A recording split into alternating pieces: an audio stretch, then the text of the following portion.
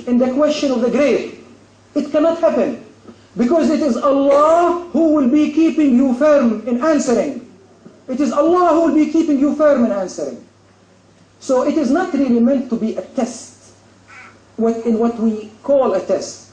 It is just something to represent how you are living your life. Was your life living according to Allah is my Lord, and that I am a Muslim, and Prophet Muhammad sallallahu alayhi wa sallam is my Prophet? Was your life following the Sunnah of Prophet Muhammad sallallahu alayhi wa sallam? Was your life like this? The people who would say, La ilaha illallah, Muhammad Rasulullah, and then all of their life is full of sins, they will not be able to answer.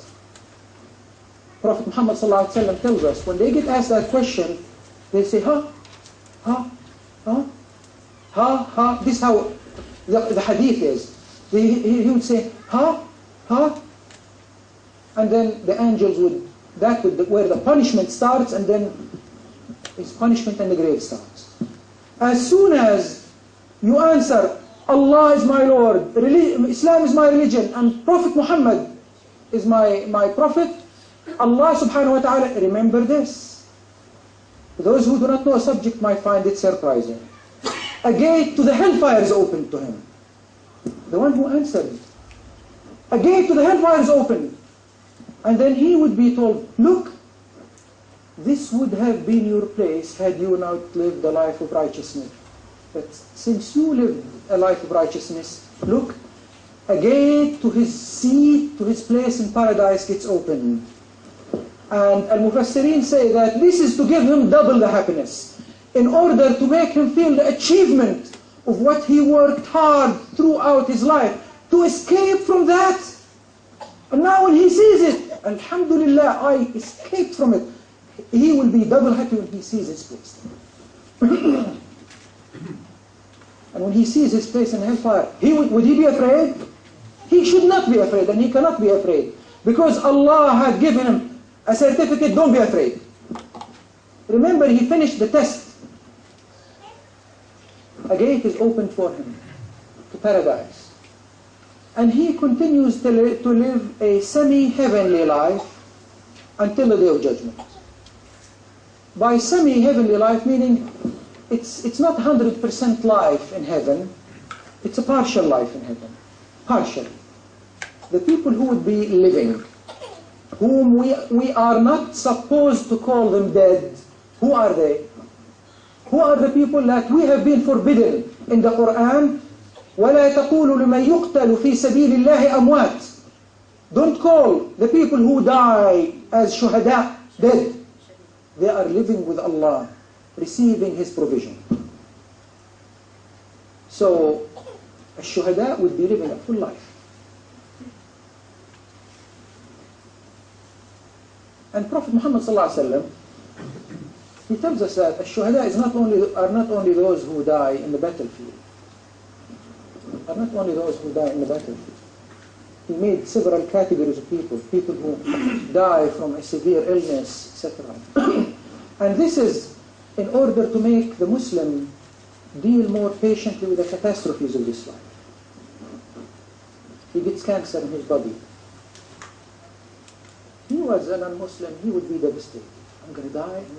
But when he knows that this cancer which is spread in my body, al-mabtoon, for example, it's going to be my way to become amongst ash-shuhada,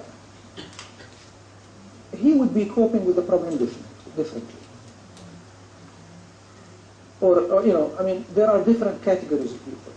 Wallahi, brothers and sisters, Allah wants to send every one of us to Al-Jannah, but we are the ones who are refusing. He is just pushing us to Al-Jannah, and we are the ones who are not. After tomorrow, inshallah, will be Ashura, right? What are we supposed to do on Ashura? Ashura is the 10th of the first month of Muharram. We're supposed to fast, right? We're supposed to fast. And this is the day when Prophet Muhammad ﷺ went to Al-Medina, he found the Jews fasting on the 10th day of Muharram. And he asked them, why are you fasting? They said, this is the day when Allah subhanahu wa ta'ala saved Prophet Musa and his followers from Fir'aun. So he said, I am more I am more worthy of Musa than you. Prophet Muhammad ﷺ told the Jews, I am more worthy of Musa than you. He fasted that day and ordered the Muslims to diet, to fast. And then he said that he ordered that in order for us to distinguish ourselves from the people of other religions, he said, fast a day as well, a day before it or a day after it. And he said, Prophet Muhammad ﷺ said that whoever fasts that day, Allah, the 10th, which will be Monday, the 10th day of Al-Muharram, Allah deletes for him the sins of the previous year. By that we mean the sins that are between you and Allah. But if one of us is making sins where he is oppressing others, a husband is oppressing his wife, a wife is badly treating her husband, someone is badly treating his parents, those issues that have to do with the people, you have to correct it. You have to correct those. Those are not going to be deleted by fasting a day here or a day there, or or even making a hajj here or hajj there. You oppress someone, and then you say, I'm going to go for hajj and leave and be oppressed. No, you have to correct it. As far as rights of the human beings, you have to correct it. Islam teaches us to be responsible people. This is why when some people who are having marital problems, they come and talk to me, I tell them, brothers and sisters, wallahi, it's a short life. Wallahi, it's a short life. We are not like the others who do not think of a second life. It's a short life. And then the more a wife tolerates her husband, the more a husband is patient with his wife, you're going to see that when you receive the greetings of the angels. It's a short life. It's a short life. So that person lives a semi-heavenly life. Now we say that the faithful person, when he's put in the grave, a gate is open for him to see his seat in Al-Jannah, and the grave is opened up for him so wide, and it's full of light. While the disbeliever, the grave would actually get narrowed down on him. It keeps narrowing until, as Prophet Muhammad ﷺ, it crushes his ribs. And then there would be fires in the grave. Ibn al-Qayyim says, the expansion or the enlargement of the grave, the expansion or the enlargement of the grave, its light or its fires are not of the same type of such things that are known to people in this worldly life. Meaning, they are of a completely different nature, and they follow completely different rules. Similarly, he says, consider two people sleeping in the same bed. One of them sees in his sleep and feels that he is in a bliss, he is in a joy, he is in happiness, in delight. And when he wakes up, you could see symptoms of that on his face as happiness. He could see in his eyes that he's waking up happy. He was seeing something so happy in his sleep. And he would even be joyfully telling you about his delightful experience during his sleep.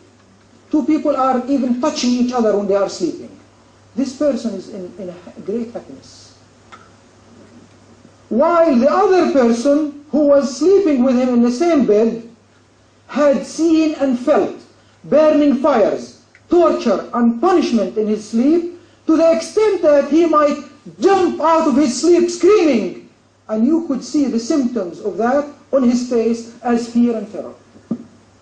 Two people sleeping beside each other, this one is in a world of heaven, and this one is in a world of hell. That's why you could put a mu'min and bury him in the same grave as a kafir. For the mu'min it would be light from heaven, and for the kafir it would be fires from hell.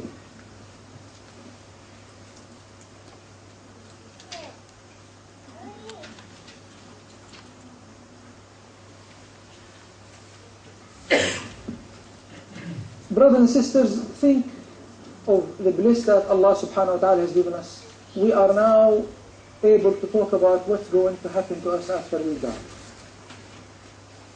There are so many people in this world who do not know anything about this. There are people who are non-Muslims who know nothing about this. People here are from Malaysia. If I may ask this question, if it wasn't for our ancestors of as-Sahaba going out to your countries out there, if it wasn't for my ancestors, if it wasn't for the ancestors of as-Sahaba going to, I come from Palestine, to my ancestors, I could have probably been sitting today with a cross on my chest in a church somewhere. If the ancestors of as-Sahaba did not go to your country, would you have been Buddhists today? Would you have been Hindus? Anything probably but Muslims. Some people carried their responsibility towards our ancestors to make us blessed here today as Muslims. And who is now for the other people? It is us. We have to carry that responsibility, brothers and sisters. We should not come and increase ourselves in knowledge and just leave. We should go and convey that message. When non-Muslims tell us, how could it be that there are no prophets after Muhammad? We tell them, because the prophecy finished by the completeness of the message of Prophet Muhammad, and now there are tasks for messengers, for people to carry the message.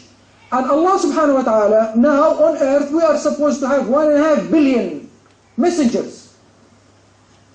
Every single Muslim is supposed to be a messenger. If somebody says, I just don't have the art of speaking, then by treating kindly your brother, if he's a non-Muslim, treat him kindly. Let him love Islam for your sake. And you're not even talking to him about Islam. You're just being kind to him. A Muslim who is deviant, let him love going back to the straight path for your sake. Convey the message, brothers and sisters. It's a short life. Our brother died when he was 41. I would like for each and every one here to take that as a reference line, 41. If he's below that, then he would say, I honestly don't know if I will live to 41. But if assuming that I'm going to live until 41, how much time now do I have to do what I need to do, to be in a safe place? And for those like me who had already passed 41, they should know that Allah has been so generous with them to have given them such an extra time, and yet we don't seem to be learning. We seem to be committing sins every day. But this is why we are here today, in order to remind one another to go back to the right path. With this, we would have finished the great life. I will just talk briefly about what happens after that. Allah subhanahu wa ta'ala in the Quran says, وَنُفِخَ فِي الصُّورِ فَإِذَا هُمْ مِنَ الْأَجْدَاثِ إِلَىٰ رَبِّهِمْ يَنْسِلُونَ قالوا يا ويلنا من بعثنا من مرقدنا هذا ما وعد الرحمن وصدق المرسلون. This verse talks about the disbelievers. A day will come when the trumpet will be blown. وَنُفِخَ فِي الصُّورِ, the trumpet is blown. فَإِذَا هُمْ مِنَ الْأَجْدَاثِ إِلَىٰ رَبِّهِمْ يَنْسِلُونَ. You see them emerging out of their graves in big masses, in huge masses. They would emerge out of their graves in huge masses. The disbelievers, what would they say? They would say,